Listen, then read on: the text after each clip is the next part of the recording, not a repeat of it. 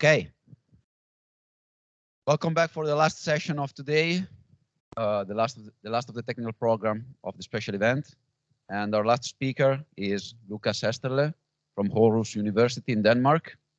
And he will be presenting a tutorial on digital twins for autonomous intelligent systems. So my introduction is very short. Now the audience is yours. Thank you. Thank you, Lukas. I hope you can hear me fine. First of all, thank you very much for the introduction and for the invitation, and welcome everyone to this tutorial talk. And I'm going to talk about digital twins and how we can use them to develop autonomous systems and especially intelligent systems. As a warning, I'm going to do a very high-level presentation, so I'm not going to dive all the way into the details. And this is really more a tutorial talk. Okay, so I'm actually talking about a tool chain that we developed at Aarhus, and I'm kind of talking you through different steps in the tool chain. But before I start, before I get into the tool chain, maybe a few words about myself. If the clicker works. Here we go. That seems to work. Yes. All right. A few words about myself. So I have a master's degree in computer science. I did my master's thesis in the area of distributed multimedia systems. I worked on pictures, on images, and I tried to identify overlaps between individual images. I stayed in Klagenfurt, so this was in Klagenfurt in Austria. I stayed in Klagenfurt for my PhD, but I switched the field a little bit. I went into pervasive computing, and there I went from still images to moving images. So my PhD thesis is all about work on camera networks, so surveillance cameras, camera networks, but specifically on autonomous cameras. So cameras that can make their own decisions and kind of decide what they should be doing, and then distribute tasks and assign resources in the network. After my PhD, I went to Vienna and I started to work in cyber-physical systems. So first question, who is familiar with cyber-physical systems? Okay, few hands are up, few hands are not up, so it's good. I have a quick introduction later on what cyber-physical systems is.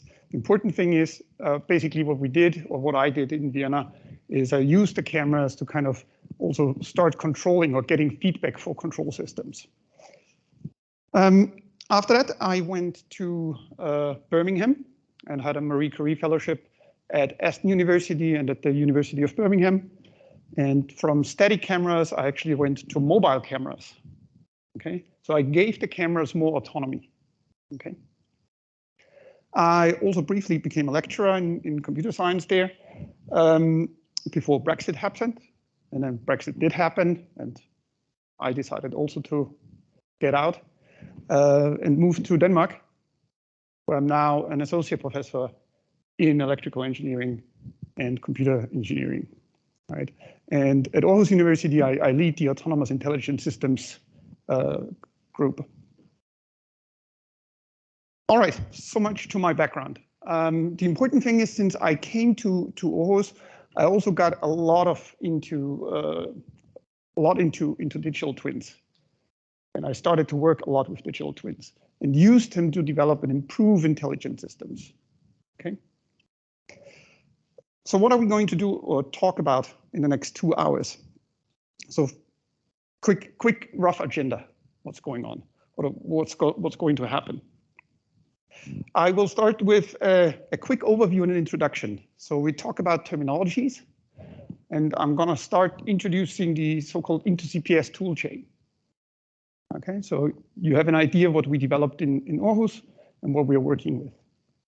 Then I'm going to do a bit of a tutorial part where we look into the details of how we can use the IntoCPS toolchain. We're going to be a bit hands-on, and I'm going to walk you through a couple of examples. And then finally, I'm going to give a bit of an outlook. Right? What are we currently working on? What are the challenges that we are facing in our current work, in our daily work? And where do we want to get? All right. Okay, so first things first. What is a cyber-physical system? Because we are, when we develop digital twins and when we talk about digital twins, we are always having this in connection with cyber-physical systems. And simply speaking, a cyber-physical system is a system that interacts with the real world. Okay. So we have systems of interacting systems, basically. This is systems interacting with each other, but systems interacting with the environment and potentially even humans. And there's a lot of challenges that that research in cyber-physical system focuses on, coming from continuous time and discretization, going over real-time systems that Alessandro mentioned earlier. All these things are super important in cyber-physical systems, right? For us, the important part is that they are usually very complex and they have a networked character, okay? Multiple systems interacting with each other, all right? So what we also need is distributed control. We are not directly working on distributed control per se, but it is an important aspect in cyber-physical systems. We want to do error detection and recovery in cyber-physical systems. Again, one part of what we want to use digital twins for. Now, I mentioned digital twins as well a couple times already. Who knows what it is? Great, there's actually more hands up than in cyber-physical systems. That's fantastic. So very quick, the basic idea is that instead of developing full systems, we have here an example at the so-called robotic system. This is a farming robot that we are working with. The farming robot is about 1.5 tons heavy and 2 by 4 meters large. So using this is quite complicated. And the idea of digital twins is actually not totally new, because it was invented or it was conceived in the early 2000s by Vickers and Greaves as a concept for NASA, with the idea to replicate large machines as digital models. Okay. So basically having a digital copy of a large machine. For NASA, this was obviously rockets and landing modules, satellites, all these things. Right? For us, it's right now one of the big things for us is robots. Okay, and especially farming robots for me. The idea, however, with digital twins, it's not just a digital model. Okay, so the idea is we update the model at runtime, but also we can feed back information from the model into the real system. All right. So let's look a bit further into the terminology. So we have our physical system, the physical domain, and we have our digital domain, right? That's then the digital copy. And often enough, we have our physical, or we call this the physical twin. It's the physical component. And we usually say we can inform or create computational models, right?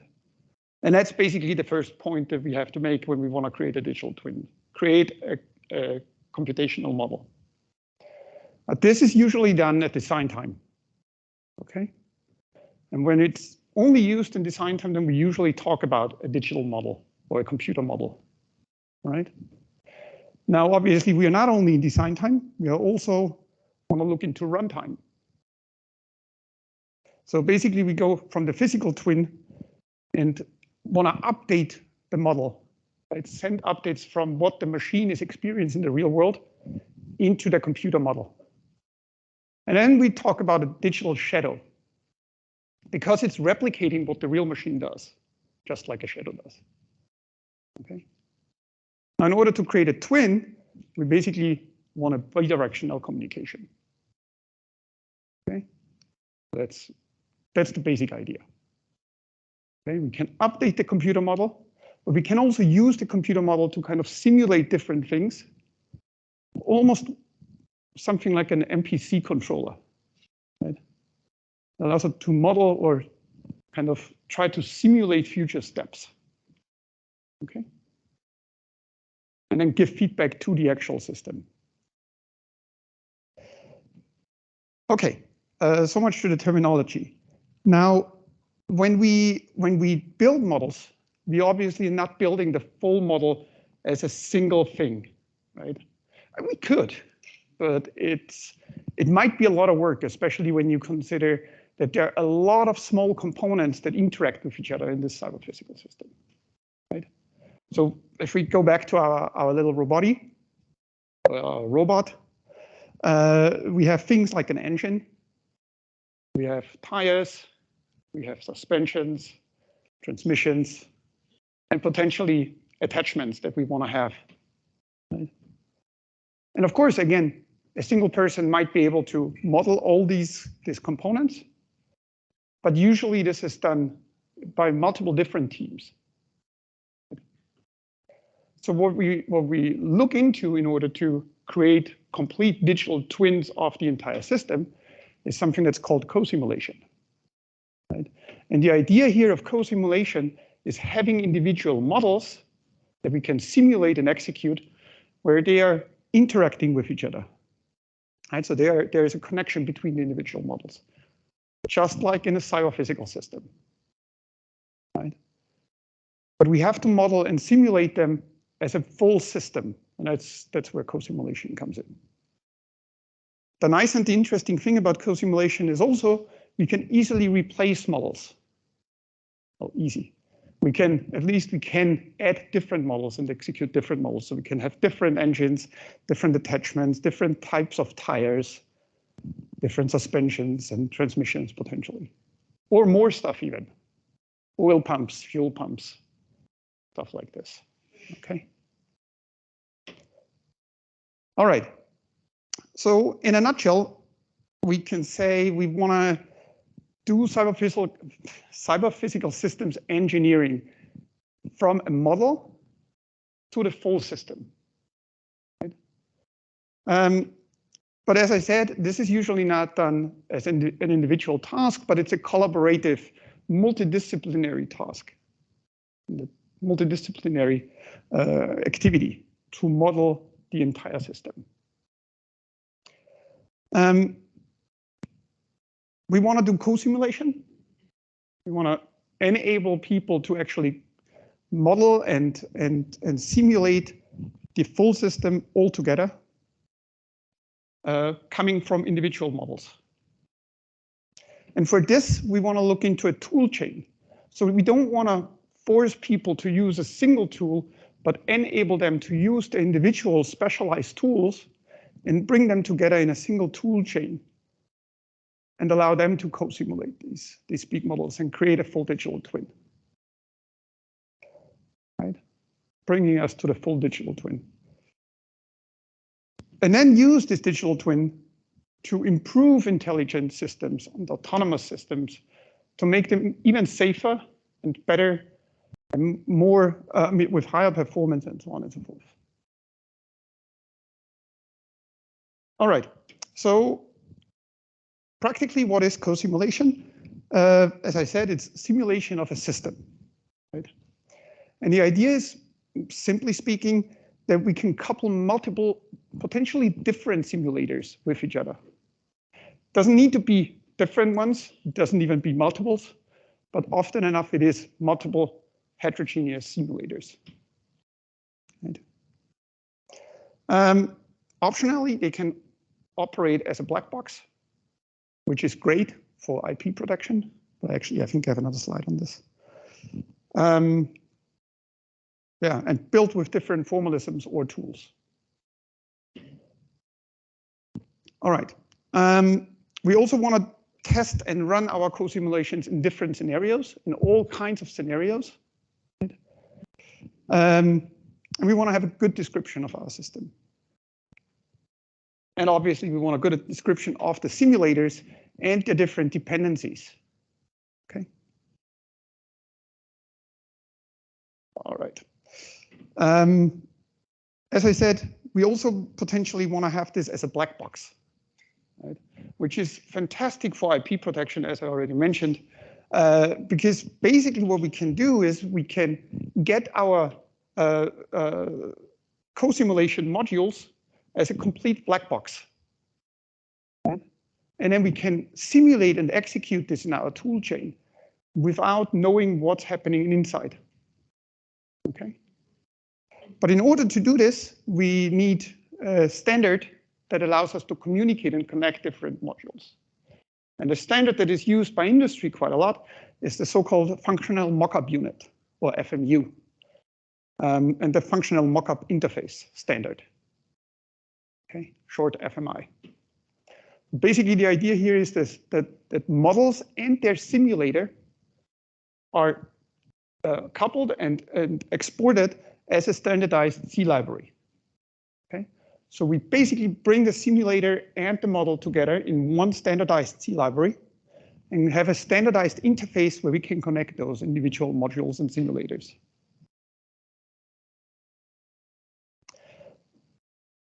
All right.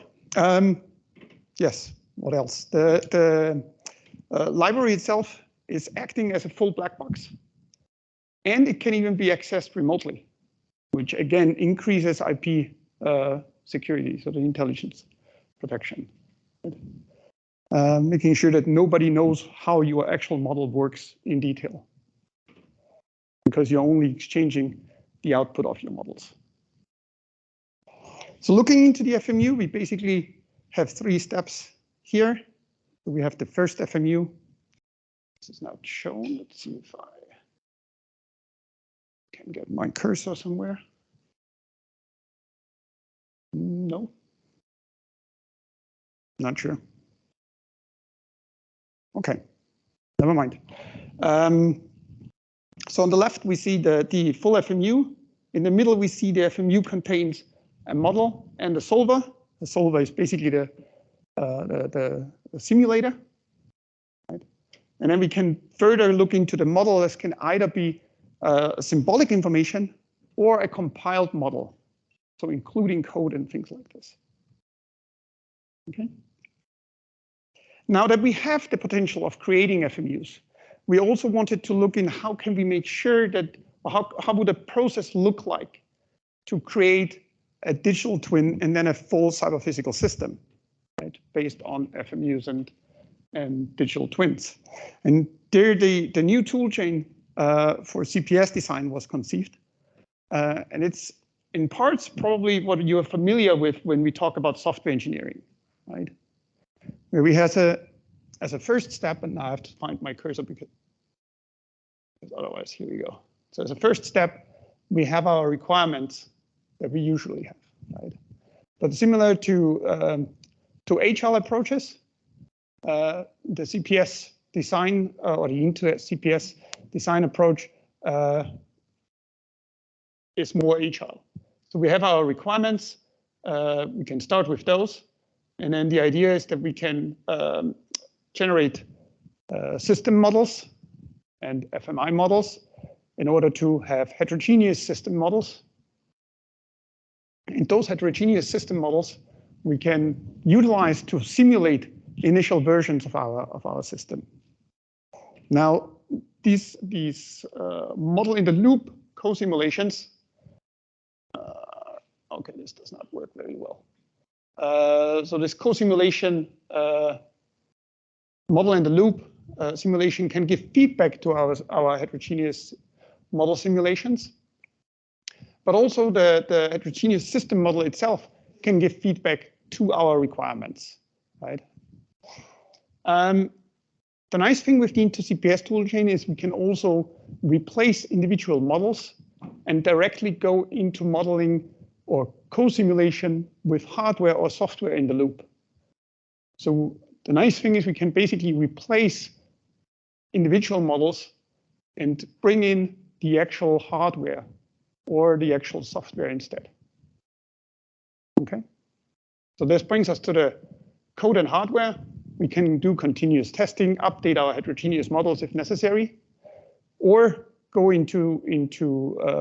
back into the requirements, but also use the requirements in order to do some design space exploration or test automation when it comes to the code and hardware code and the code, yeah, hardware and the code before we actually deploy the system. Right. All right. So for the cyber-physical systems engineering, we need a couple of things that we expect, right? So first of all, we want to enable collaboration across multiple disciplines.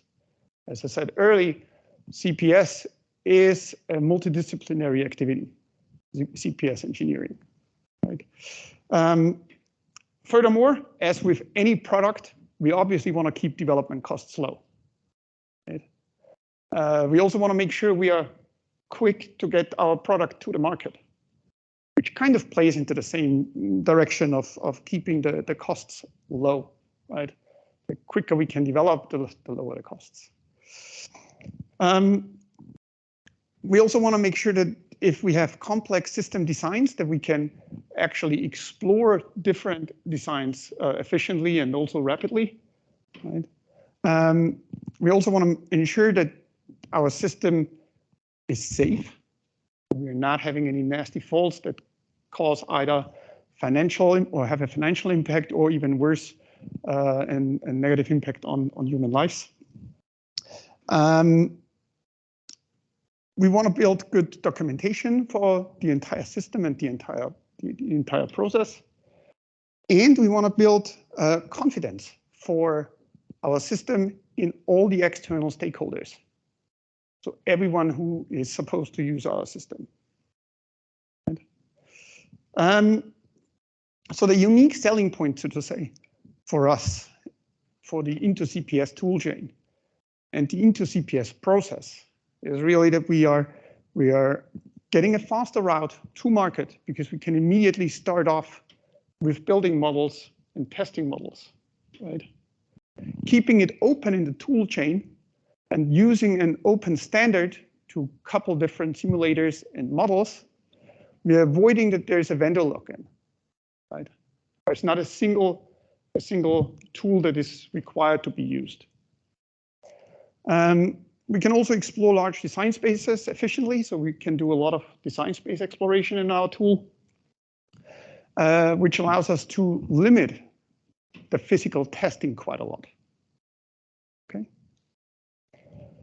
Also, what we are having is in the tool is we are able to we can trace how models have been changed and how models are being created and how co-simulations have been created.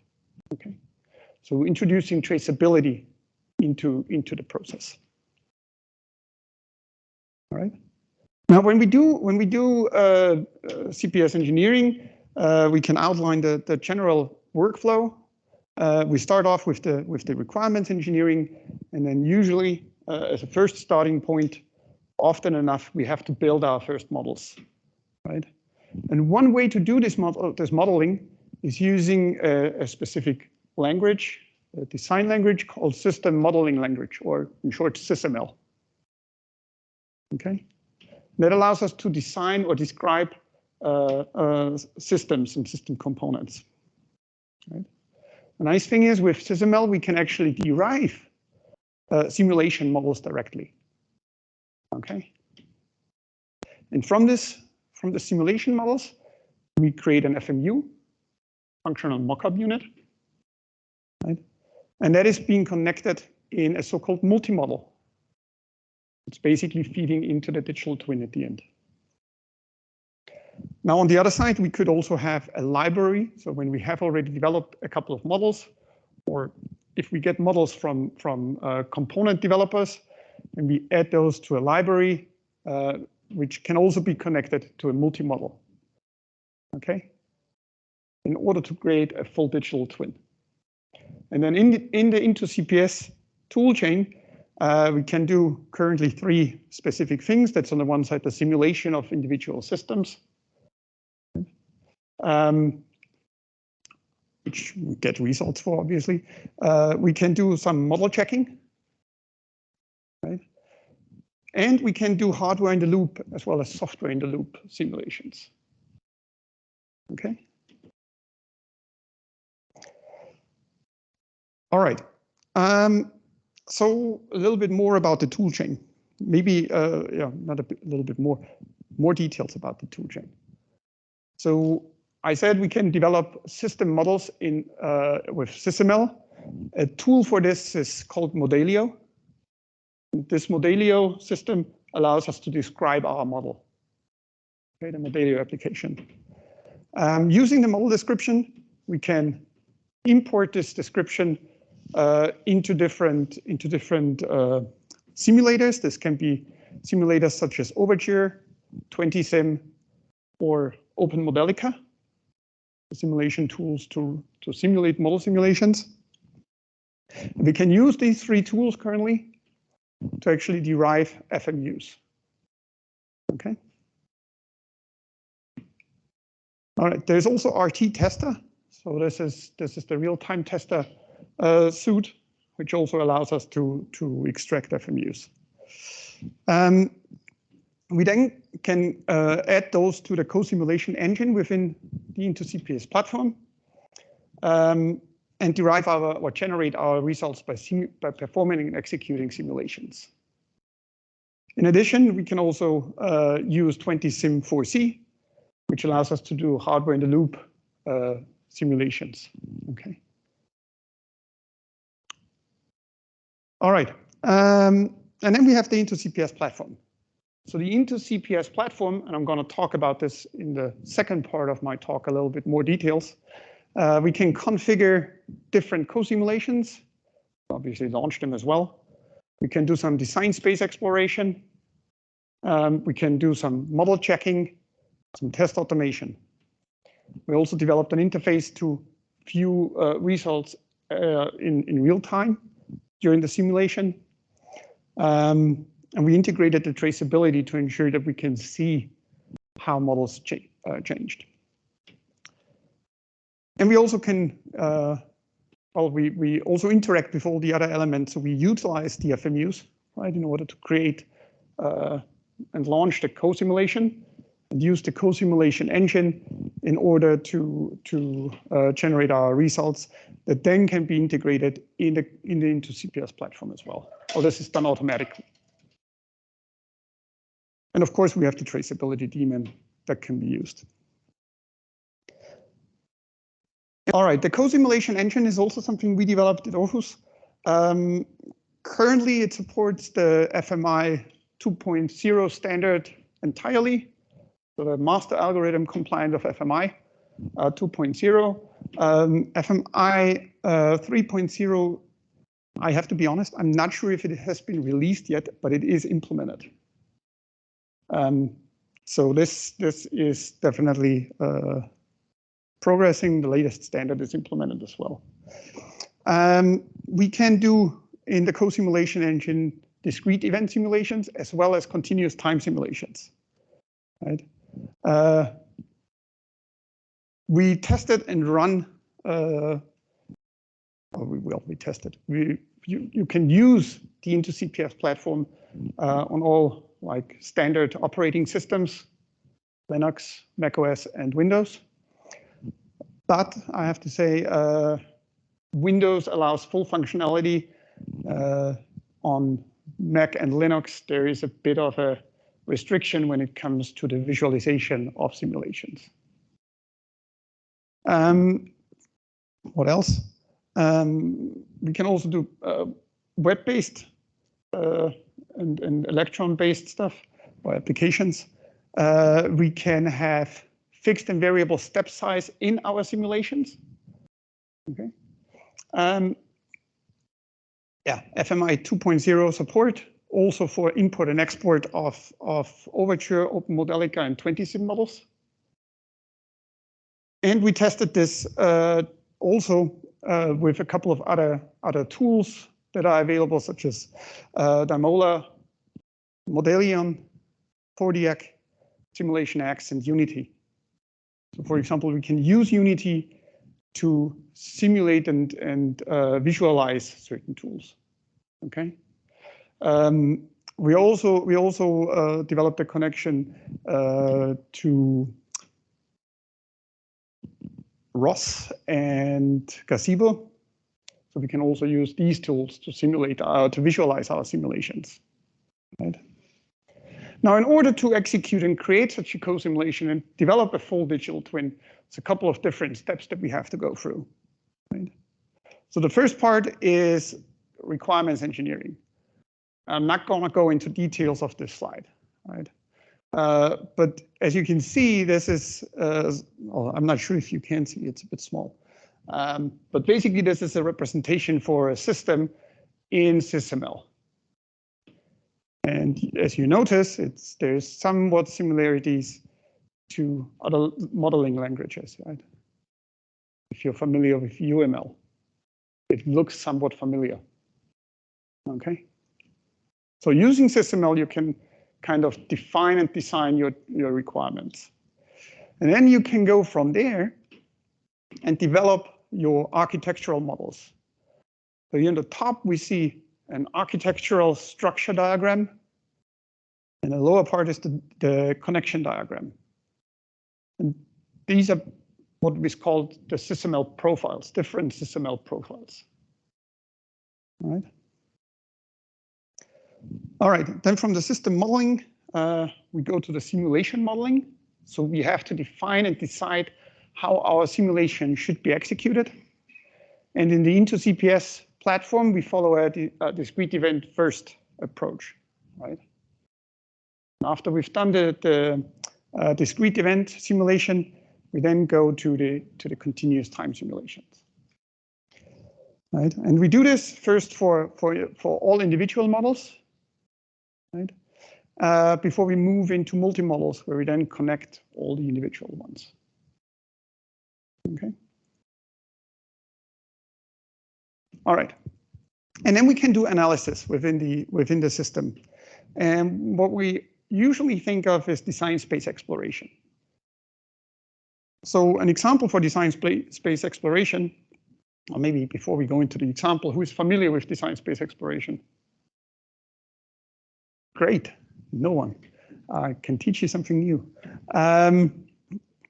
Okay, design space exploration, the idea basically is that when you're building a system, so here we have a little robot, a so-called line following robot, you often have components and you have to decide where you put components specifically. In this simple example here, and we're gonna go actually through this example later on in the Into CPS toolkit, we wanna decide how many sensors should we place on the robot and where should we place them in order to ensure that the robot performs well enough for us, right? So we could have one sensor here in the middle, this black. See if I find the mouse again. So we can have it here in the middle, either one is in the first picture, or two next to each other, or potentially three, or whatever, right? And then basically this decides on how the robot will sense the environment, right? And we want to explore how the different settings affect the performance of the robot, right? There's different ways of exploring this, different techniques that we can test. So right now in the Into CPS platform, there is an exhaustive search engine as well as genetic algorithms that are implemented in order to do this. But also important is we have to assess this. So not only test out what is the different possibilities that we can utilize, but also we need to assess this. And we can do this with a functional approach or Pareto approach, right? Kind of exploring what are the trade-offs between the different performance matrices that we are interested in. So there's 4 steps for this. We have to one side the design space exploration, or in short DSE driver. It kind of defines and sets the simulation parameters. Then we have the objective evaluator. Kind of we have to decide and define the objectives of our design space exploration, and then kind of figure out how well do we achieve this in our simulations, right? And when we know how well we achieve this, we can rank our outcomes. And this ranking allows us then to do some evaluation, well, and presentation of the results. All right, so design space exploration is one of the analysis things. We can also do hardware in the loop simulations. So the idea is basically we start off with only models, and then stepwise we replace continuous time models with hardware in the loop, so with the real thing. But also we can do then code generation directly from discrete event models. All right. Bring this all together in one tool chain. We can do some test automation. This is done together with the RT tester tool suite. Right. So we have the XMI imports from Modelio for the test sets that are generated. And then we are creating and generating test procedures as SFMUs. All right. We can connect this again in our co-simulation and run our full system through this test procedures. Right. All right, and then also, yeah, connected this in the test automation.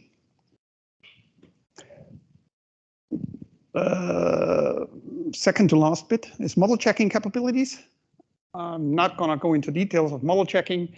Importantly, in the Into CPS tool chain, we can actually do model checking. We can use our digital twins to execute and find counterexamples in order to make sure or show that certain things work or don't work. Right? This is also integrated with the traceability daemon, so we can make sure that we are tracing all the changes.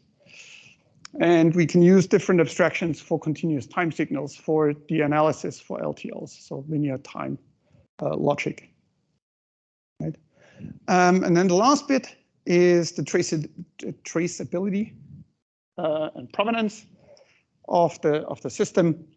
Yeah, all about tracing the changes and keeping track of changes in the models, and this even across different tools that are being used. Okay, whether this is Modelio, Overture, Modelica, 20sim, and so on and so forth. Right. All right, what did I want to say for this slide? Yeah, this is just, again, for the tool support, how different tools in the Into CPS system are being supported, while Modelio is used to describe the system overall. Right, Open Modelica, Overture, 20sim are then for the model description itself, for the precise description, and DFMU export. And then we have the RT tester for the test suite and the test procedures.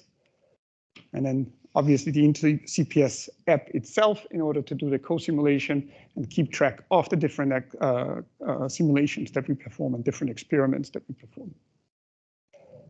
The last bit that's quite helpful when we develop some physical systems is we usually interact with these systems in the real world, right? Since digital models, it's usually hard to interact. We also developed an extension for the Into CPS that allows us to extract simulations visually. And we actually can use them using the VR systems, okay? And it allows you, even before the full system is developed and especially brought into the physical world, to already experience how it will be to operate this or work with it, right? So this is an example of a crane lift to lift workers onto wind engine, what is it called? Windmill, it's not windmill. Wind turbine, thank you. I totally dropped the word. Basically to lift them over there, right? And well, you can use VR to actually see and experience what this will look like, right? But also we can actually kind of see the product as kind of a video. I'm not sure if this works properly online. But yeah, gives you a sense of what the system should look like, right? And here the cyber physical system is really this crane that we see that is kind of the boat is affected by the ocean and goes back and forth, but the people in the crane up here, they should be fairly stable without moving because of the crane or because of the boat movement.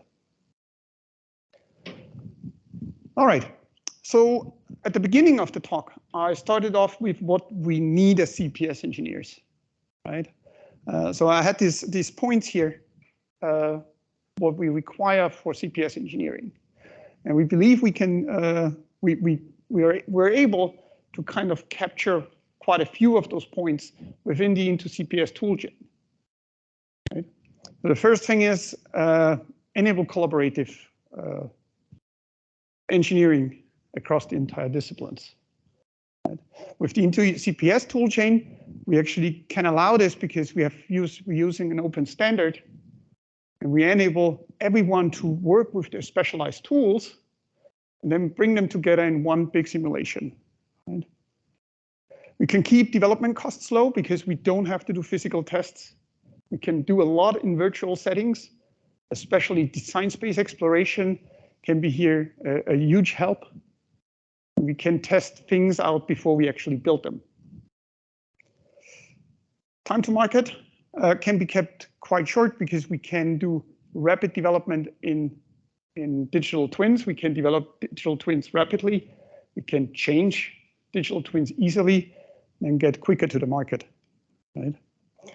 Design space exploration, of course, the one thing that will help us to explore the design space efficiently. We can also perform what-if experiments and test and analyze different scenarios.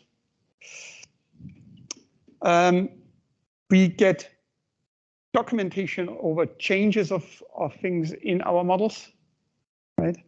Also for the tests and so on. And then obviously we have the traceability that helps us to increase the confidence.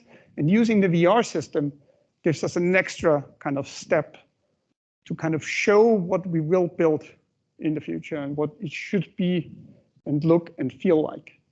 Right?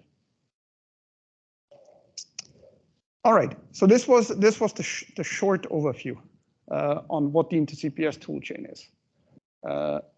The second part of the talk, I have no idea what the time, okay. I still have a few more minutes. Second part of the talk, I wanted to give you a bit of an idea of what it is like to work with the Into CPS toolchain. All right. So this is going now to the tutorial part of today's tutorial. And I hope this works also for our attendance online. I'm gonna close this here. Are there any questions so far? Yes.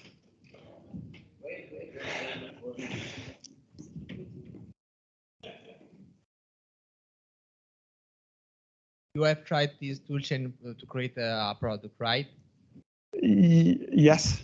How much time did you need to start from requirement and arrive to the final product?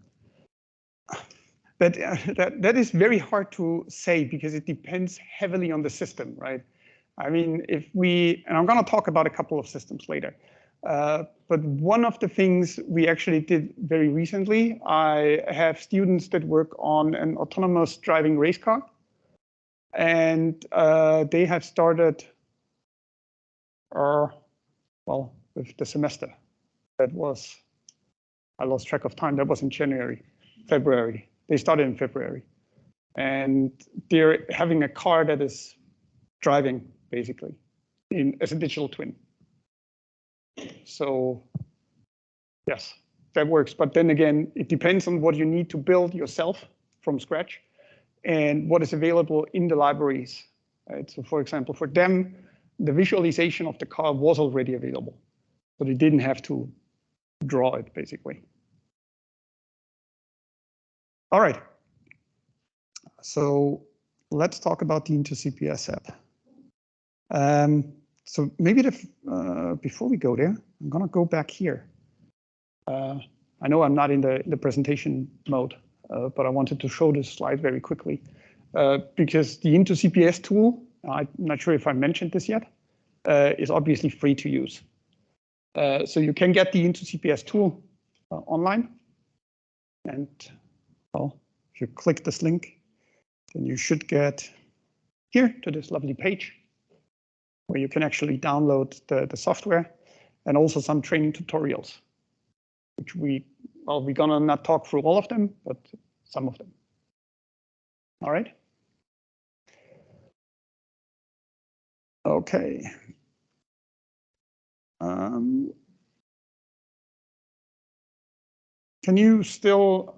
Can the online people still see my screen? I hope that works. Okay, fantastic. So what I have here is already the Into CPS platform, right? When you open this the very first time, there will be this 3-tank water tank example will not be open, but the very first time you basically have to, when you're running a tutorial or these tutorial examples, we can actually open projects right away. Okay, so what we brought here is the first tutorial that already has a couple of the examples in here. Now I have to jump back. Yeah, okay. So what is the first example? What I'm going to show is the 3-water tank example. Very simple. So you can consider here having 3 water tanks, and they are connected with each other. And there is one source that will fill up the first tank, which then automatically fills up the second tank, which will fill up the third tank. And the idea is that the third tank should keep the water level at a certain level. And to do that, or to control this, we have a drain, right, that can be opened or closed depending on the water level. All right. I loaded all these things already in our Into CPS toolchain, and what we can see here is on the one side the FMUs, right? The models and the multi-models. So these are the 3 things for the first bit that are interesting for us. So the models itself is the actual model that has been used to create the multi-model. Okay, so basically we can, if we have the applications related to the models itself installed, we could immediately open the individual models from here. Okay, so this is a 20 sim model up here. The 3-tank is a 20 sim model, whereas the water tank controller is an overture model. Okay. Now the FMUs, as I said, those are compiled libraries. Okay. So we have here different FMUs that we are using in our water tank example. And the last bit is then the multi-model. This is where we bring the individual FMUs together to build one bigger digital twin simulation model. Okay. Now, what can we do here? We have here actually two multi-model examples. The first one is called 3D. The second one is called non-3D. Reason for this, as I said earlier, some functionality is not available on Macs and Linux, only in Windows. So 3D animation is really just working on Windows machines. Okay. But we can still do a lot with 3D models, or non-3D models, sorry. So we can double click this, and then we get an overview of what models are involved in this multi-model, right? This is less interesting at this point. We can also look at the configuration here at this point and see how the individual FMUs are connected with each other. And this is all extracted from the FMI standard. So we don't have to go in and define all these things, but this is actually defined as an FMI standard. What are the input values? What are the output values that we can get? What we have to do for the multi-model is then basically say this input is going in this output and so forth. And so, well, this output is going in this input. We basically define these connections. Okay. And when we have done this, we can actually go to the experiment itself, because that's where it starts to become interesting. We have a couple of things that we can configure in the simulation environment. First of all, the basic configuration, We can decide how long should our simulation run. We can also decide if this should be a fixed step or a variable step. And if I click here on edit and go here and say variable step, I basically can decide what will be the initial step size and how can I change the step, or how is the simulation allowed to change the step size. Danilo. Can you also progress in event-driven mode, or are you always time-driven? No, it's a step mode. All right, we're gonna stay with fixed steps, so I'm not gonna go into details. Alessandro also has a question, but now you have to run up there.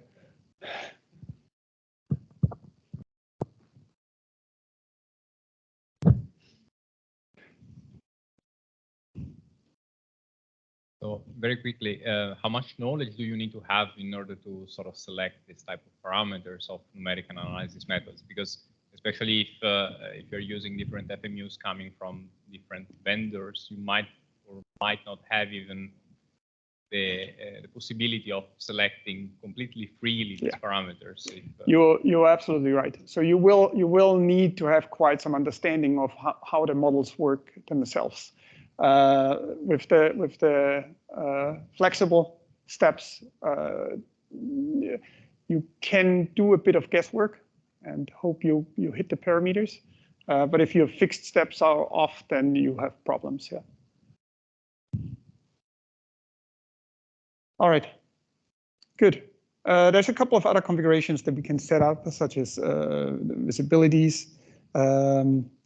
Interesting might be also the live plotting. I'm getting there in a second. So we can do live plotting of simulation results. Saving results is probably less interesting. It really just allows us to define which parameters we want to save from the simulations and experiments. All right, I'm going to save this for now. So what we want to do now is actually executing our simulation, right? And running our simulation for the first time. In this case, it's quite easy because we didn't need to do anything because the full model and the multi-model was already connected, so there was nothing for us to do really. Right now we can just look at results. Before we can do this, we have to launch the co-simulation engine. We have to launch this because, actually, no, that's not entirely true. Let me step back for a second. Before we can launch the simulation, we have to install the co-simulation engine. I already did that. So if you are downloading the app now and want to run a co-simulation, you also have to download the co-simulation engine, but it's quite easy. You click here in Window, go to the download manager, take the latest release, and then there is the co-simulation engine somewhere. And of course, I'm not seeing this right now. Here we go. Maestro 2 co-simulation engine. Danilo. Which leads me to the next question. Do you have a command line interface for this? I don't. Can you make one? I cannot tolerate graphical interface. I will bring it forward to the development team. Very good point. Now I'm thinking about it. There might be a command line tool for this, but I'm not sure if this is available. It would be useful for automation purposes. If you have all the tool chain which is in line, then what you really want to do is to fire it up and see the simulation, change the model, fire it up, see the simulation. So, you know, automation. Automation, yes, I agree. Well, you can interface the Into CPS platform with external tools as well. So that's why I'm thinking this shouldn't be an issue. But yes. All right, tutorial. So yes, we can simulate things. Woohoo! And since this is the non-3D thing, there's not a lot that really happens, except for we can see how the simulation progresses through the status bar. And as we have live plotting, we also see data that is being simulated, plotted in real time. Right? Well, in real time of the simulation. Now this is really just the water level as well as the state of the valve, whether it's open or not. So what we can see here, yes, at a certain level, the valve will be opened, the water level drops. At a certain level, the valve will be closed, the water level rises again, and so on and so forth. Going into the live plotting, we can actually go here and say we want to edit this part, and then we can go and add here, for example, more water levels of the other tanks. Right.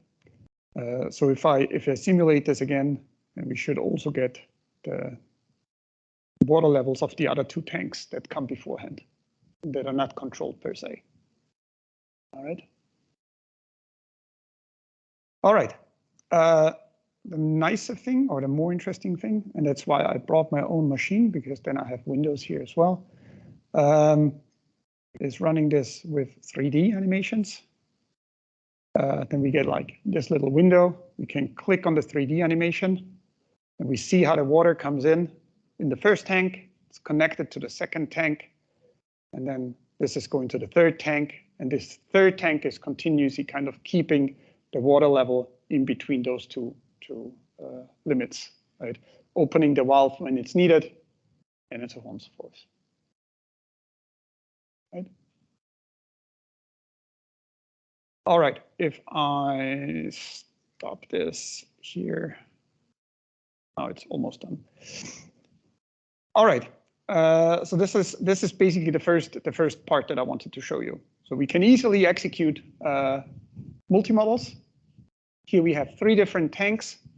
2 of them, the tanks themselves, there's just 2 of them, even though you can see there are 3, but 2 of them are the same kind of type of tanks. The third one is, or the third one is slightly different because it has a valve also included. Yes. And we can easily run and execute those models. Now I'm going to go back briefly to my slides, because I want, before we go into the second element of the tutorial, I want to briefly talk about what we're going to see in the second tutorial. So the second tutorial talks about design space exploration, because I believe this is a really important aspect for cyber physical engineering. And basically what we do is the example that we had earlier, right, where we have the small scale line following robot. So the idea here is that this little robot that we can see here should follow lines. It has 2 simple servos that are connected to wheels.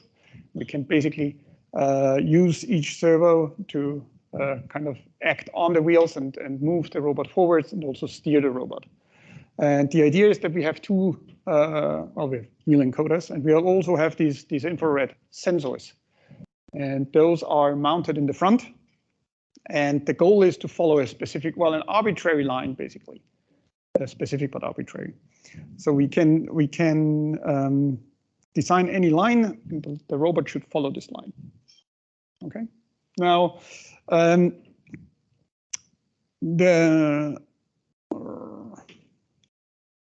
confused. So basically, we can define and design our robot model. What we have here is we have our body block model, right? That is really just the body of the line following robot, and then we have the 2 sensors that we are creating. And now I realize why I'm a bit confused, because I don't want to do design space exploration yet. We're going to do design space exploration in the third part of the tutorial. This is really just the next step. We're going to talk about connecting individual blocks to each other. So creating the multi-model, basically, right? So we have the sensors, we have the body, and we also have the 3D animation model. This all needs to be connected. Well, actually, this all is already connected, so I'm not going to show this. But what we are not having yet is a controller deciding whether we should go left or right. Well, whether we should act on the left wheel or the right wheel, right?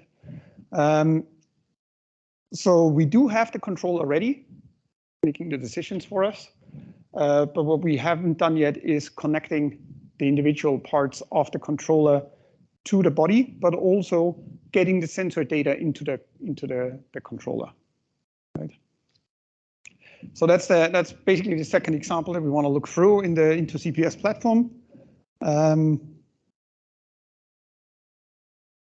And for this, I'm opening up a different project because obviously the 3 water tanks is not the one that we want to look at.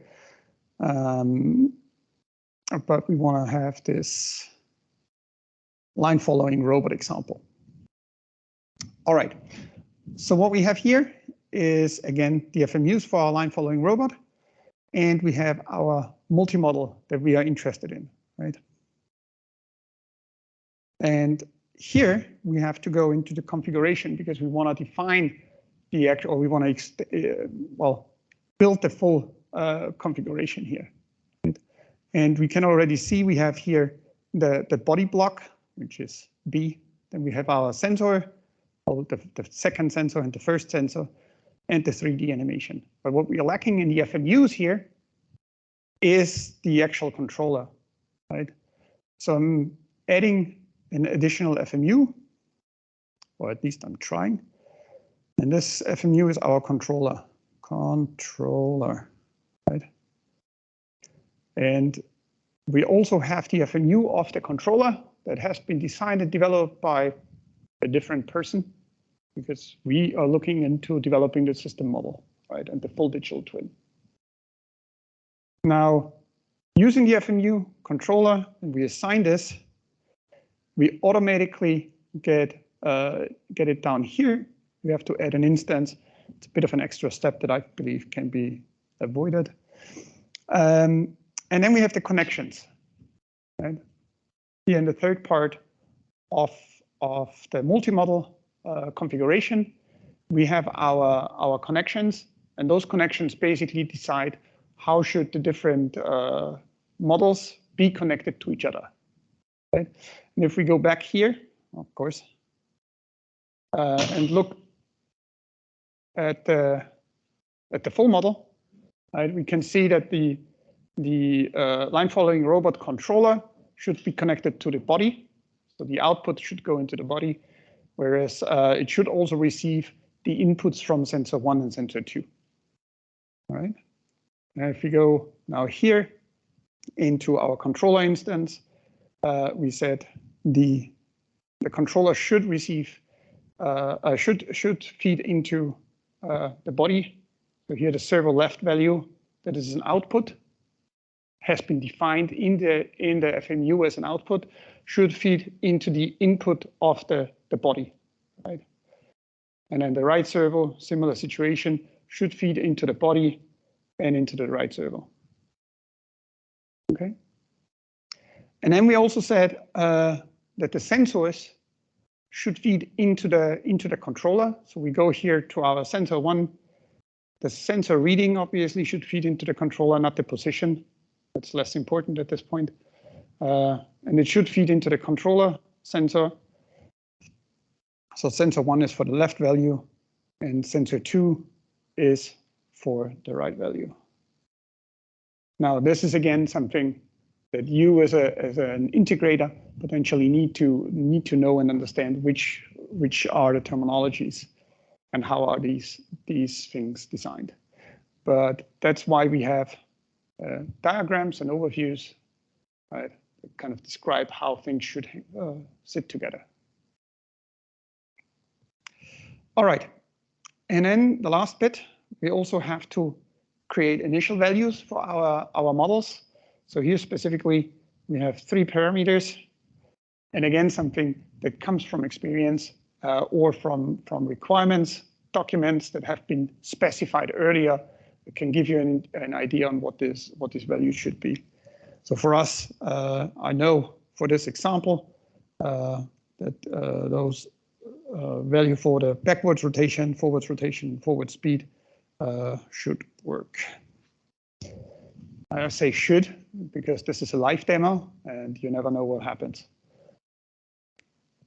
And now that I'm thinking of, I'm wondering if it would have been better if I showed you what happens if we don't connect all these things first.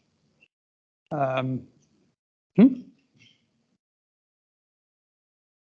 connect one and let's see. That's exactly what I figured I'm doing. So this is saved. Now I'm going to the simulation to launch my co-simulation engine because apparently it crashed. And if it's true, this is running too fast. Let me edit this, save, and simulate. And as we see, because there is no, the line following controller, I disconnected this one again, right? So there's nothing happening. So we see in our simulation, the line following robot is not moving at all. Right. Now I'm gonna go back to my model, and I'm gonna do this very quick. Just building the same system again with the controller. Wrong. Instance. And then we have the left. This is going to the body. And the sensors, the reading go into the controller. Right, and then we have for the controller, we have the parameters. As I said, I know what they are for the system. Oops. 0.5 and 0.4.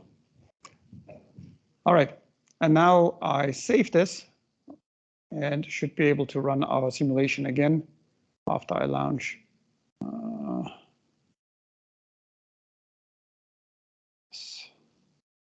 Let's see if this works. Now that we connected our line following controller, whoops. Where are we? Here we are. After we connected now our controller, our robot can actually drive around and should be able to follow this line, even though it's rather slow in this simple case. Right.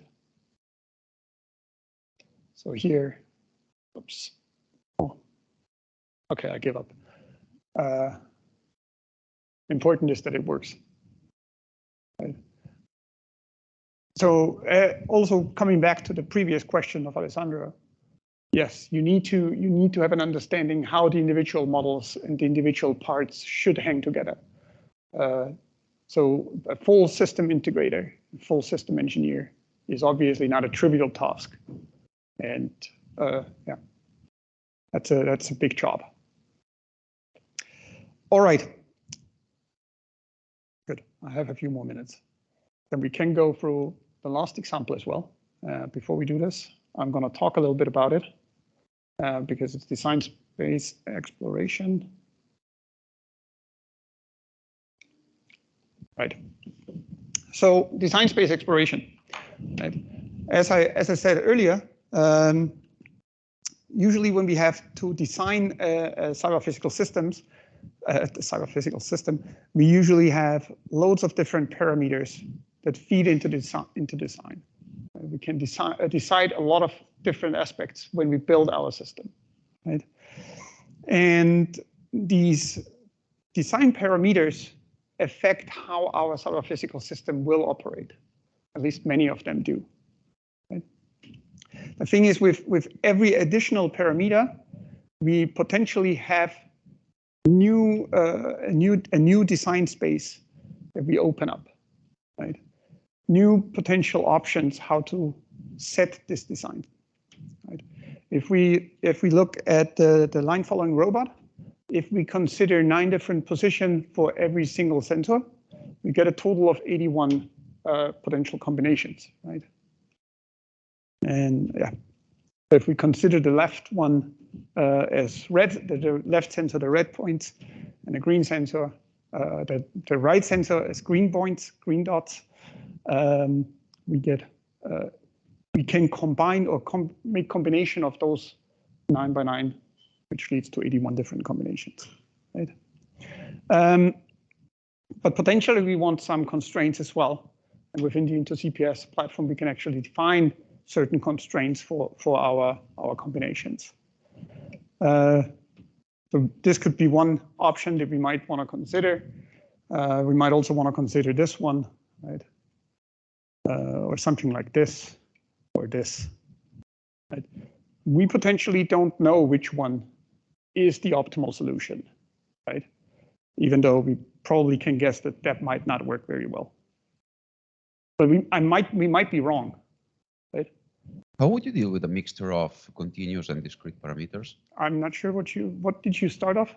How do you continue with? How do you deal with a mixture of discrete and continuous parameters? Yes, yes. Because yeah, for discrete parameters, that's the Cartesian product, right? Yes, for a continuous one, you would need to discretize anyway. Okay, so but you have to break it down. I mean, at least at a certain point, at some point for computer, you yes. need to break it down. But as I said earlier, we do allow genetic algorithms to be used for the search algorithm. So we can actually deal with large search spaces. I'm getting there in a minute. All right. Right. So yeah, we can do. I try to remember what I wanted to say on this slide because I dropped it entirely. Oh yeah, right. Now I get it. Now that I see the picture, I remember. So the important aspect was here that we potentially don't only want to look at different combinations, but also at the overall architecture on how we set up sensors, right? Because I started the example saying, well, there could be 9 optional points on the left and 9 optional positions on the right, but we could also change this design entirely and say, well, we might have a third sensor that's in the middle, right? And rather than trying to avoid the line, it's trying to stay on the line, for example, right? And it introduces a new parameter, kind of expanding the potential design space that we have to explore even further. All right, we also want to explore different scenarios. We want to be able to not just test a single scenario, but generally from a general point of view, we want to potentially use different scenarios, different designs that we want to test for particular scenarios. So we want to potentially test all potential scenario designs in all potential scenarios. So we need diversity in the testing itself. Right? Also, different scenarios might be part of the requirements, but they can also help us to identify new requirements, right? And feed then, as you remember from the inter-CPS process, feedback into the requirements itself. So this affects both the models and the simulation scenarios. And we can test this with simple things, but potentially with arbitrary other lines as well when we talk about the line following robot. Right? As a toy example here. Now, if we test this on one scenario, as we've done, I actually have a video on this. So what we can see here is our line following robot with this, see where my mouse is, if I can get it back, maybe not. Here we go. So what we see here is our line following robot, and these dots, right, are in different colors. And every color kind of represents a different configuration, right? And this video really contains all potential combinations, all 81 combinations. And you will see that they're quite different in their performance. And we start this off. So while we are on the straight line, this is all fine.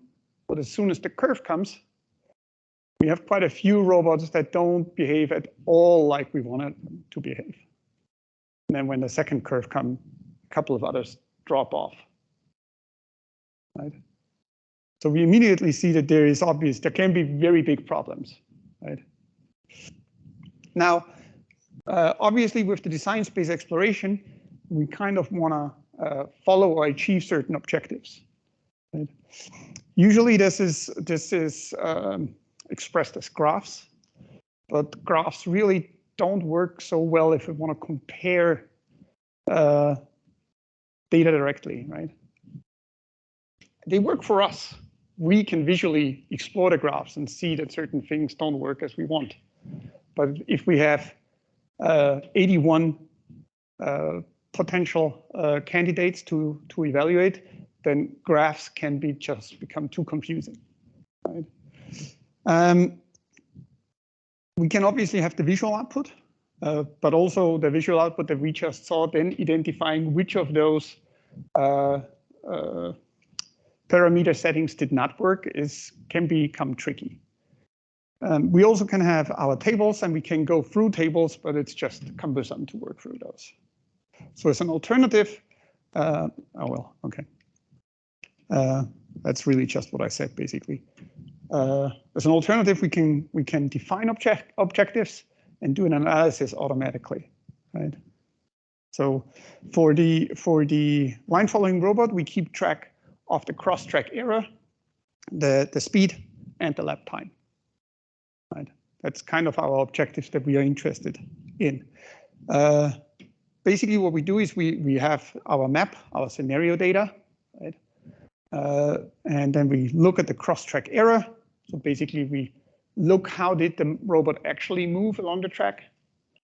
And we can calculate the cross-track error by basically checking how far is it off from where we want it to be.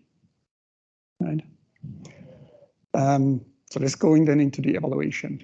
And obviously, it's quite easy to keep track of time. We just measure the time when we started.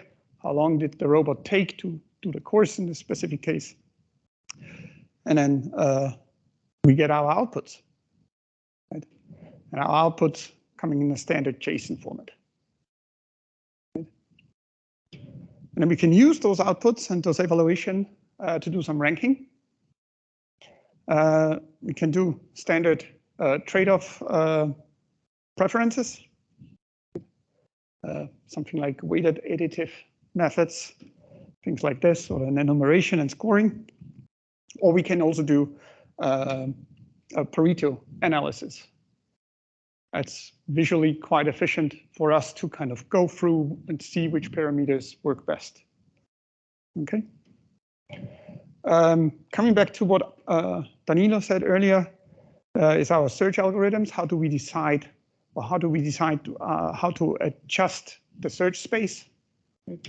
On the one side, we have the exhaustive search. It's an open loop. So basically, we simulate all potential candidates exhaustively, go through all of them. That obviously takes time. And a problem can arise when we have robots that just don't work at all, right? And they drift off. Since it's open loop, we basically would say we give them time until forever, right? We can obviously overcome this problem by simply saying, okay, we have a deadline at a certain point. Now, the alternative is a closed loop operation. Here we have implemented a genetic search algorithm. So we can use genetic algorithms to perform the search. Maybe at this point, who in here is familiar with genetic search algorithms, genetic algorithms, evolutionary algorithms? Okay, not that many. I'm not going to talk, or I'm not going to go into details. The basic idea is that we have different candidates, and we are trying to explore which one of those random candidates work well. And the best ones are then selected to create new populations and potentially slightly different ones than to what we had before. Okay. The problem here is that we are potentially not finding a global optima. So genetic algorithms are prone to run into local optimas. There's also tricks on dealing with this. Here we have a very simple algorithm that we are using, and therefore this is a potential problem. Now, with the Pareto fronts, right, we can kind of assign the different colors from the Pareto front on our different tracks, and then we can see that certain parameters or certain settings work better when it comes to lap time, as here the orange one. Actually, no, the other way around. Works better in mean cross-track error because it has a very low one. But the problem here is that the lap time is rather high. And so here we have a lap time of about 27 seconds, but a mean cross-track error of almost 0, or it is 0, a very low one. The thing with the Pareto efficiency is that the designer can then decide which one are we comfortable with. What is our priorities? Should we look into mean cross-track error, or should we look into lap times? right? All right, and then we can actually also look only at those that perform kind of well, right? This is just another video with only robots that actually can complete, or with settings that can complete the track.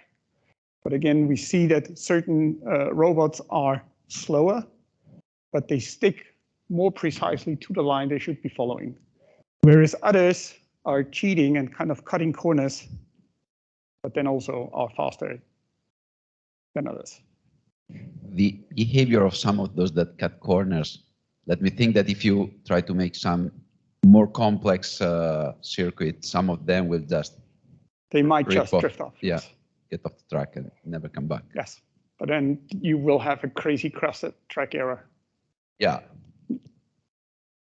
So but again, that's why we want to use different scenarios, test different scenarios on all potential candidates for good designs. Right. Okay. So what is the workflow here? We have our requirements and we have our multi-models. Those go into the DSE analysis module that can be developed in Modelio, where we get a DSE analysis model out of it. This is going to go into the configuration, so it's exported and goes as a DSE configuration out. And this can be implemented or imported into CPS application. Right? There we can edit some parameters of the DSE exploration or configuration. We can also use objective scripting. It can be done in Python and Java, and this is what I said earlier, where we can interact with external tools. And using this objective scripts, we then can launch our into CPS design space exploration and get our results, right? So our simulation results, as well as the objective results. We even get a ranking, so we know which element should be the best for depending on our objectives. Okay. Similar as before, I prepared something. So basically, let me get in here. Basically, what we're going to look here is, again, going into the Into CPS app. And I'm going to open a new, well, not a new, open a project from the tutorial, which is number 7, the design space exploration. Right? And you can see there is quite a few more things when it comes to the multi-models, when it comes to the models itself. I'm not going to go into the detail. The important aspect here for this tutorial aspect, or for this one part here, is up here, the design space exploration, right? And the configuration of this design space exploration. And as we had it before, when I double click this, we can actually launch the co-simulation. Now, again, this requires an additional tool, and that's the design space exploration engine, right? Available through the download manager. I have it already installed, so no need for me to install this. I only have to launch it.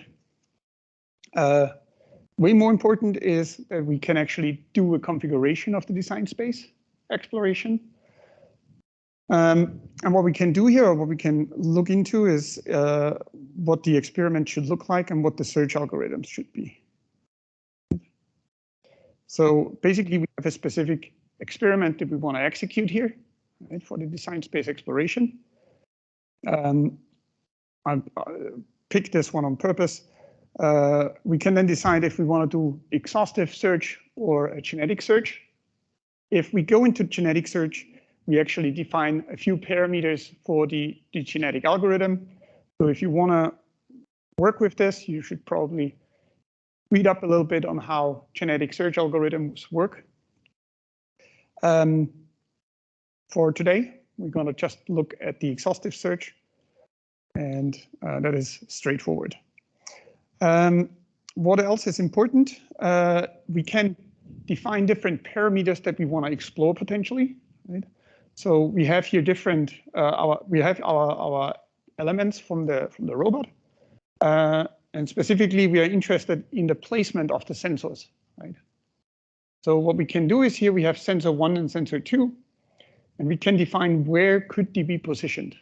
Okay, what are the potential positions for the sensors, right? As an X value and a Y value. Now, furthermore, we can define parameter constraints, right? So while we could say we want to explore all possible options, all 81 options, for this example, we actually say we want to limit the parameter search for those that are on the same level, but on the opposite side. So on the same level when it comes to Y coordinate, but opposite sides in the X coordinate. Okay? Does this make sense? I hope so. So Y position is the same, whereas the X position is exactly opposite side. Right?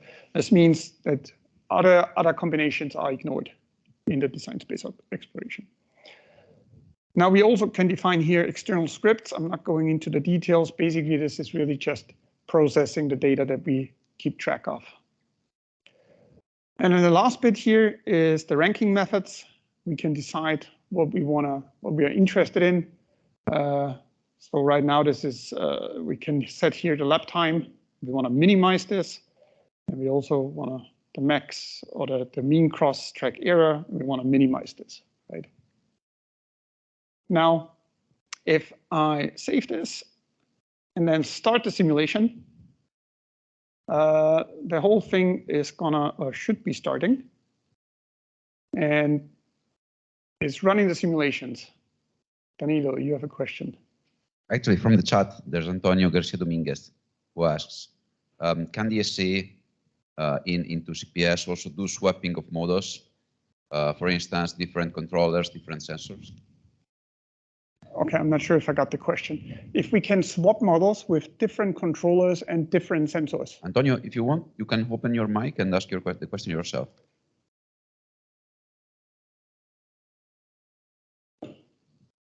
Or not. But anyway, I think I got the question. I'm just gonna open this. Yeah, can DSC and into CPS also be swapped of models, different controllers? Yes, you can. You can also look into this, but this is very new stuff. This is not in the current version or in this version of Into CPS that I have here with me, because this has really just been developed. Actually, I'm going to talk about it in the third part, very briefly at least. Okay, I stopped the exploration simulation because it takes it takes about 15 minutes, I believe, to do all the simulation. But I prepared something. Well, I brought results. So basically what we get at the end is the result of the different simulations, right? We basically get here the configuration that has been simulated.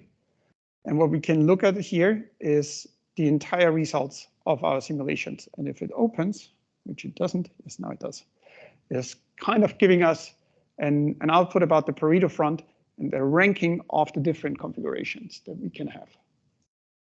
Right. You have a question? Yeah, go ahead. It's great that somebody pays attention. I think it's, if you have more metrics that you measure, you get a multidimensional Pareto front. Yes. How do you deal with that in this case? I mean, because visualizing at the moment, this is not visualized. Yeah. Okay, you just get the data, raw data, and then it's up to you to cut it. Okay. You get, I'm not sure why this doesn't open. Yeah, you get something like this basically. Okay, and then you and multiple dimensions. Yes. Okay, but using this, you kind of get an idea on how your different configurations work and operate, and you actually can see they are ranked based on your objectives that we have set up here. Okay. Questions? Any other questions?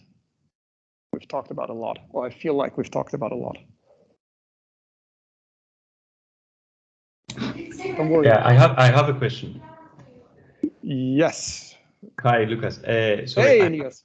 Get out and in again, but I still need to ask. Maybe you talked about it, but did you try or have plans of doing this design space exploration, let's say, in a more automated runtime fashion? Not sure what you're thinking of, but what we are looking into is multiple things.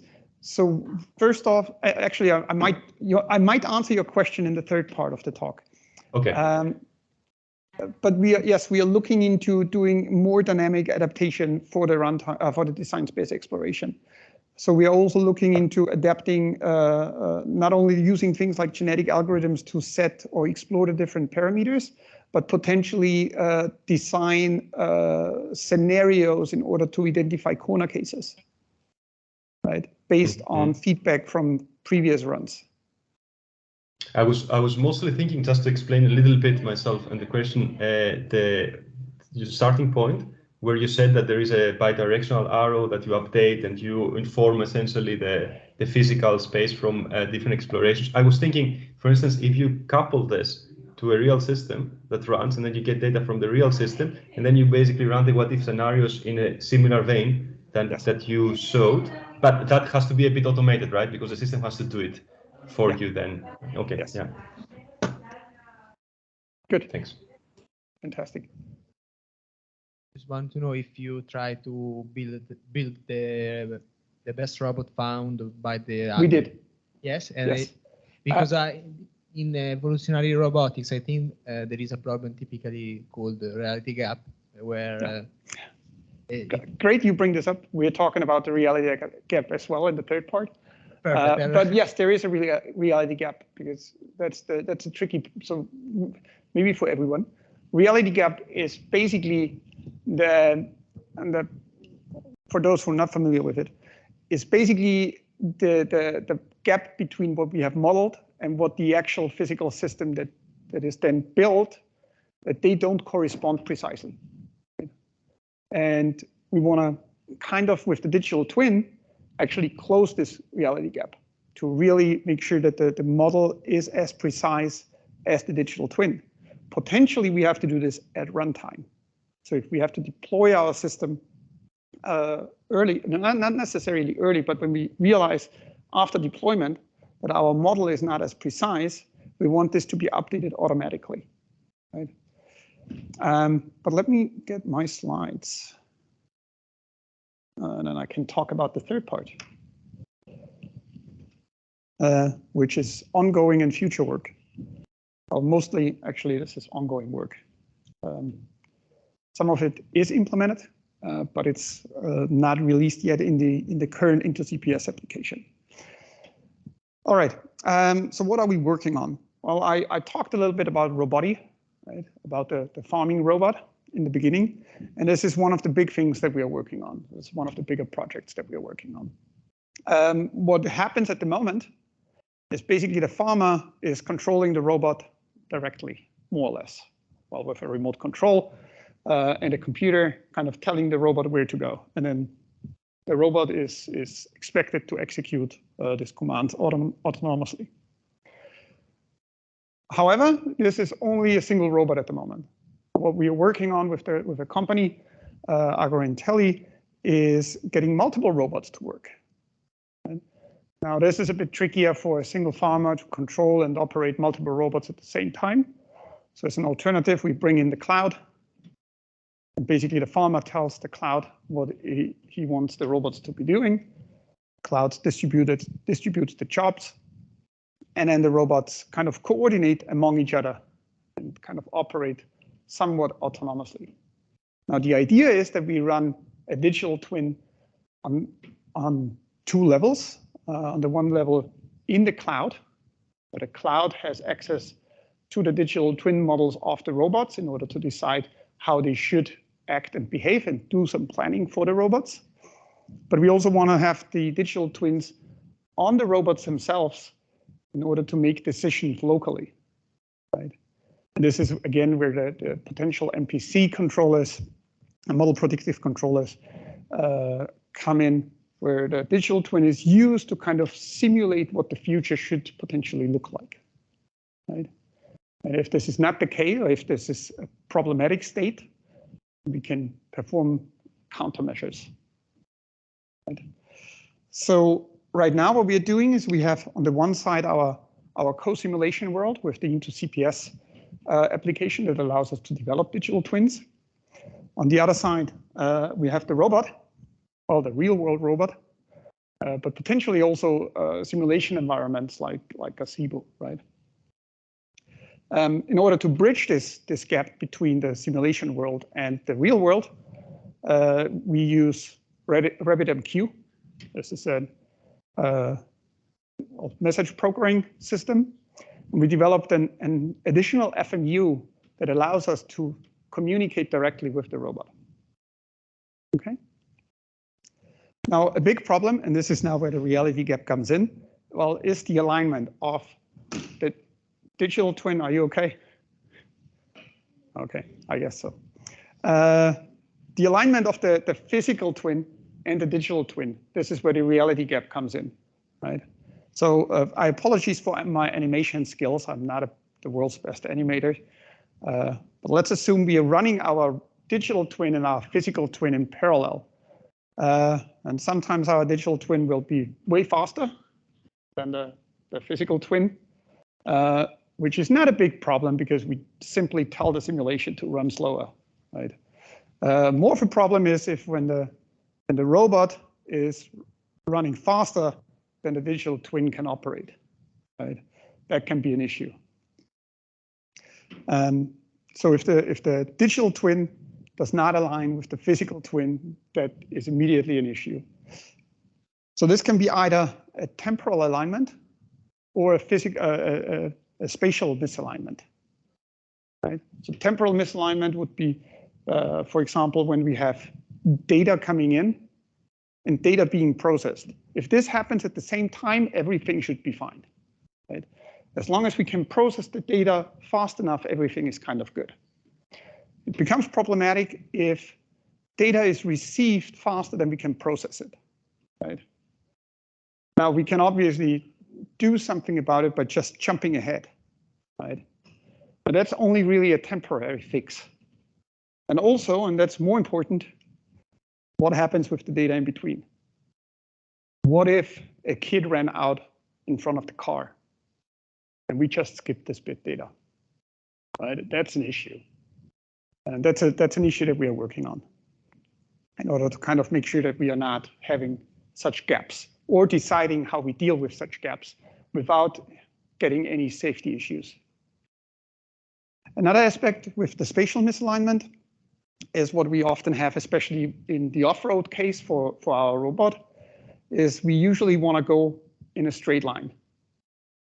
I'm not sure if it's just the Danish farmers, but they are really happy if they have very straight lines on their fields. Unfortunately, often enough, the robot does something like this, right? So our system model, our model does a very straight line. Robot goes what they call drunk driving. Okay, so obviously there is in this dark blue area, this is an issue, right? Well, actually it's, where's my mouse? So this area is a clear issue. This is also an issue, but potentially just caused because we had the issue earlier, right? So we are looking into how can we adjust and adapt models in order to avoid this disalignment, right? And one thing that we are looking into, and this is going into what Elias asked me earlier, is kind of model replacement, or what we also call hot swapping, right? But basically, we want to have our simulation or our scenario where we execute certain things, potentially in connection with the physical twin in parallel, and then we consider different models, right, for the same situation. And our idea is to run those different simulations in parallel and kind of evaluate the performance output in order to decide which one of those models work best. If you're familiar with system identification, it's kind of the opposite thing. We're not trying to identify what kind of state are we encountering to select the best model. We are trying different models to see which fits potentially best for this current state. Okay. All right. I also said we want to test all kinds of scenarios. Again, this example with our farms. Obviously, not only a single farm or not a single robot, but maybe 2 robots or 3 robots, maybe 2 farmers, maybe a farmer and a tree, dogs, all kinds of things, other trucks. Right? But the idea is basically that we, again, similar to the science-based exploration,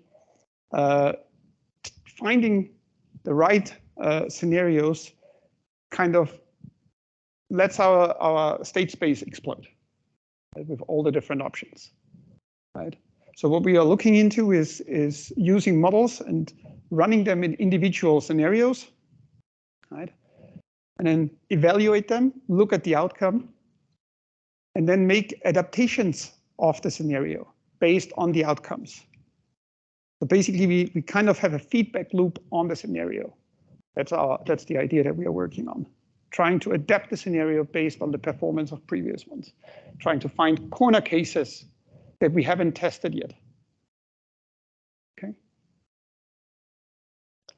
All right, and then the last bit, I think it's the last bit, is fault injection. So currently we're having our models and we're assuming everything is kind of well and fine. And we have our model, we have our input into the model, and then we have our output, right? But often enough, we want to explore how would our system operate if something is going wrong, right? And instead of just changing the model per se, we developed a fault injection approach where we wrap our model with faults. And basically what we do is we take the input and then we adjust this accordingly and simulate faults as an additional FMU. Right? So we don't have to touch any artifacts on the system model. We keep everything as it is, but we can simulate fault in the system. Right? So we don't have to regenerate any code from the model perspective. And this works without any external tools, but can fully be done in the Into CPS application. Well, in future, in a very soon future update, right? Yeah, this is, we've tested this. We actually have a small physical robot from the Roboti. It's about, I don't know, 60 by 40 or something. So it's not that big. We call it the desktop Roboti. And basically what we've done here in this video is we simulated that there is an object in the way, right? With fault injection. Oh yeah. So the robot should move or not. Does it not? Apologies.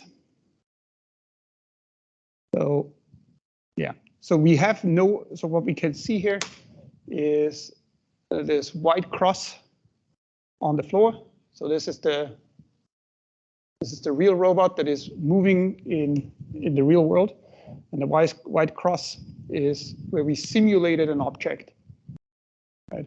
And we kind of tested that the robot will also stop because the FMUs, the digital twin kind of told them, hey, there is apparently an object. I should stop. Okay, even though in the real world there wasn't. I talked a lot about the desktop robotics. I also mentioned briefly our F110th car. These are like miniature remote controlled cars that we repurposed and let them drive autonomously. The actual robotic car is not driving yet, but we are able to do this in simulation and in using a digital twin to co-simulate this, right? And testing simple control strategies for the F110 racing car. I'm running out of time. Okay. I'm gonna skip this. Let me see. Actually, yeah, no, I'm gonna finish up. Just in case we have a few more questions. Challenges. So what are we working on in addition, right? So First thing is the time delay that I mentioned. That is something that we are working on, deciding, can we skip certain data? Can we prioritize certain data? Can we make sure that this is all still safe? Right. We also know that cyber-physical systems operate often enough in unknown environments, so we're doing scenario generation in order to explore as many potential scenarios as possible. We want to make sure that we can incorporate third-party models. This is something I skipped just now. Basically, the idea is that we can exchange models with other robotic systems and then kind of co-simulate each other, right, in order to know, what could this other system be doing in the future? Right. We look at dependabilities of cyber-physical systems. We look at trust. Can we trust cyber-physical systems? Can we trust digital twins?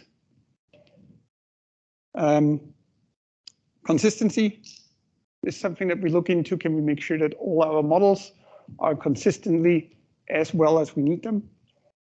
We look into generating and adapting digital twins dynamically. There is a research area on model configuration where we change the model slightly. We also want to look into, can we create full multi-models based on what we observe, right? And then it's the what if scenarios. So can we kind of keep this and create this at runtime? Into CPS is also an association. If you're interested in joining this as an individual without a company, this is free, or at least it was free, and I'm pretty sure it still is. The idea is that we promote the usage of the Into CPS platform, and if you're a member, you can freely use it. Not going to go into these details. There is a large industrial follower group for the Into CPS association, about 80 companies. I think this is even more by now. All right. Obviously, similar to Alessandro, this tutorial today has not been done by myself, not all by myself, but there's a couple of students and colleagues that are working with me on different aspects of Into CPS and the digital twins. Yes, and obviously a couple of projects that support us on the way. All right. I hope it was informative for you guys. If you have any last few questions, please fire away. You can also send me an email if that's easier for you. I'm happy to answer this as well. Okay. All right. Thank you. Thank you, Lucas.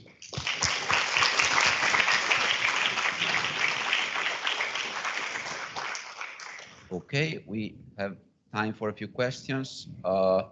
Like I've done before, if there are questions from the audience, for the virtual audience, just raise your hand and I will give you a virtual mic and you can open the mic. The voice from the room, any question? It's 5:23. Yeah, it's 5:23, people is tired. Anyway, I have the probably 12th question, if you don't mind. Sure. The development process that you depicted in your slides was very close to a waterfall one, in which you have a correct specification of the domain, and then you go down the line. Yeah. But how hard is it to get back and rethink your basically it's a model, so the upper layer of your system in face of changing requirements and similar situations that can happen when you develop a real-world system? Okay, I cannot comment on how hard it is because I believe this is again highly dependent on what kind of system you're developing, right?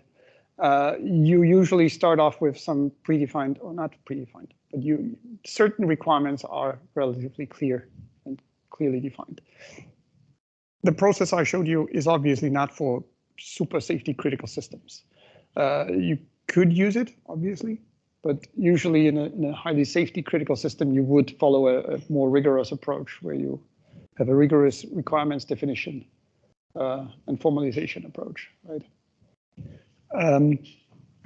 Overall, however, with the obviously advertising here the inter-CPS platform, but generally speaking, from a model-based approach, the idea is that you can use the models, use the digital twin to simulate and execute your system very early before you actually go into the development or into the deeper development, allowing you to identify requirement changes relatively early, and also from software engineering, and that's the same thing, and even more extreme in system engineering, where you build physical systems. The later you identify problems with your requirements, the more costly they are. So with the purely executing the models, you potentially can find and identify problems in your requirements relatively early. Would you agree if I say something like using digital twins can promotes agile development in the sense that you are quick, you can arrive to prototypation very quickly? I would argue so. You would yes. agree? Yeah. Okay. I would argue so. Okay, let me check if there is any question from the remote audience. None? Guys, if you have any question from the room, Alessandro. You should just give him one and leave it with him. So thank you for the presentation. It's very nice to see this type of developments. But I was thinking a bit more about how can you sort of use this type of models that you develop, let's say at runtime, meaning that maybe at runtime while you are executing your actual platform, let's say that the agricultural robot, you may realize that there are some additional things that you didn't include in your model, and that you might want to integrate this in your digital twin at runtime, or maybe at least collect some information that you can eventually integrate in your simulation. This is a very thanks for the question. It's a very good question. It's also a very hard challenge research-wise, because stopping the model, and this is going then almost into control theory probably, stopping the model, kind of then going back on how would it have behaved if we had this from the beginning, right? That's a big issue. So this is something that we start to look into. Can we replace and swap models at runtime, and how do we deal with this change? Do we go back and simulate the whole model from the beginning and hope that we end up at the same situation, or can we just swap and replace it as we are at this point? Maybe the question is more on not really how to swap or replace the model, but more like how you can update the model at runtime so that you can sort of adjust the behavior of your digital twin based on new information coming from the actual sensors of the robot. So this would then be. You understand my question? We can take it offline. I'm not even 100% sure I understand your question. We can take it offline. Yeah, I think we have to. Okay. Okay, last question. One student that doesn't want to go home. Last question, and then we move to the. That's the spirit. To the game.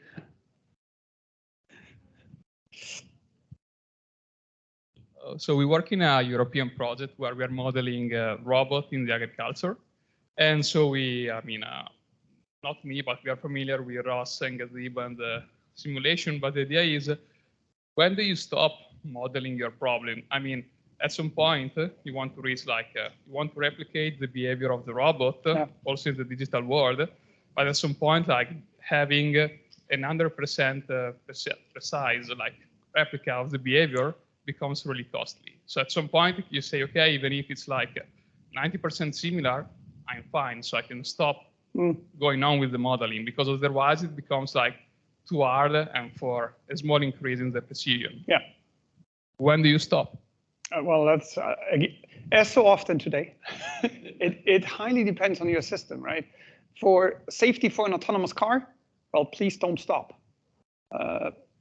Accuracy for the robotic, I'm not a farmer. I don't care if the robot is slightly going off. The farmers, they still care about this. Yeah, this is totally dependent on the stakeholders and kind of the requirements you have to fulfill. That's how I see it, at least. I don't think you could have a general kind of rule on when to stop, right? Not sure if there is a way to stop or tell when to stop. But I might be wrong. Wouldn't be the first time today. All right.